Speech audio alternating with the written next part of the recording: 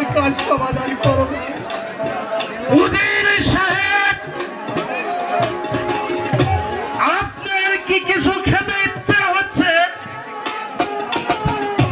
আপনার কি কাউকে দেখতে ইচ্ছে হচ্ছে? না ভাই চলবা, আমার যার কিছু খেতে ইচ্ছে হয় না। এখনো সময় আছে, ভেবে দেখুন। আমি অনেক ভেবে দেখেছি, তুমি অযথা আমাকে বিরক্ত করো না ভাই। তোমার যে রাজনীতি আমি কম বুঝিনি। আমি যদি ইচ্ছে করতাম তোমার রাজার বিরুদ্ধে আমি ষড়যন্ত্র করতে পারতাম, কিন্তু আমি তা না করে তার অন্যায় আবদার আমি নীরবে সহ্য করে যাচ্ছি।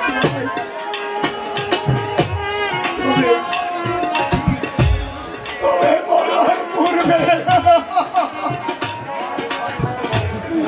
ওই মারুপানের সঙ্গে আমার মধ্যে শেষ সাক্ষাৎ হলো। আমি মরার পূর্বে আমার ওই মারুপানের মুক্তি যদি একটি বার আমি দেখে যেতে পারতাম, তাহলে প্রস্তুত হন উজির সাহেব, মৃত্যুর জন্য প্রস্তুত হন। আমি মৃত্যুর জন্য তোমার এই ঘর নিচে আমার মাথা লুটে দিচ্ছি।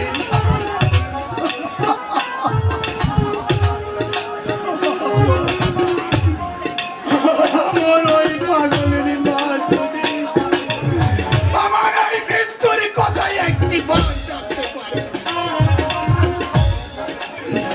তাহলে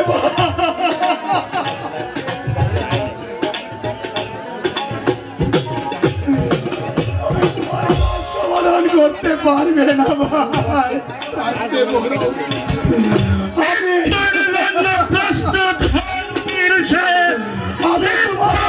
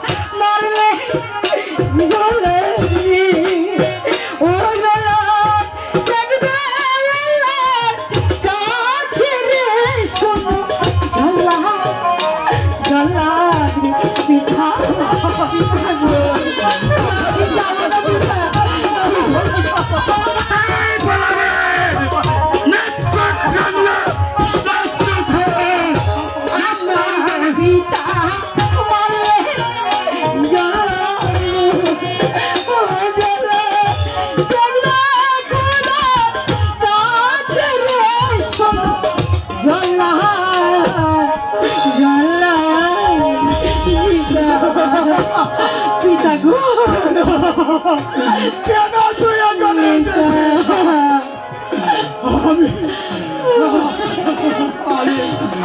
আমি তোকে এখানের মধ্যে দেখতে চাই। ওগো পিতা, চলো এখান থেকে আমরা অন্য কোথায় পালিয়ে যাই।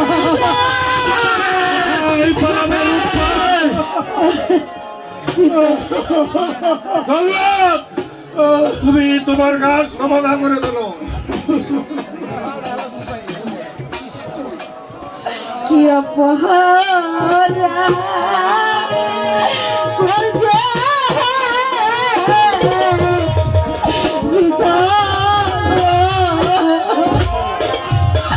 ও বাসা বলে দে না মারে দোষ, বাসা বাসা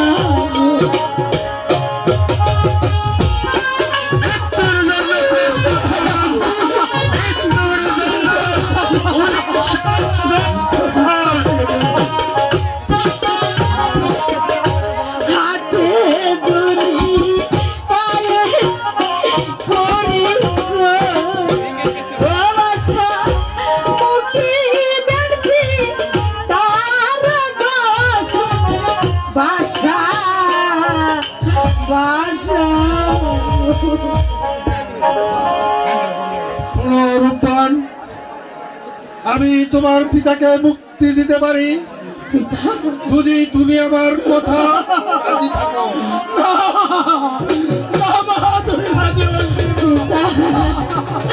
পিতা গো, আমার এই তথ্য ভাঙার জন্য তুই সব সর্বনাশ দেখে হারিস রে মা, তুই সব সর্বনাশ দেখে হারিস। পিতা,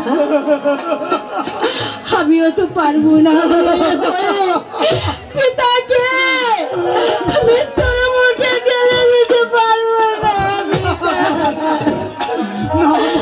বলুন বলুন, যাব না। আপনার কি সত্য? বললাম তুমি বিশ্রাম করো গিয়ে। খোদা, আমি তাই করছি, আমি তাই করছি।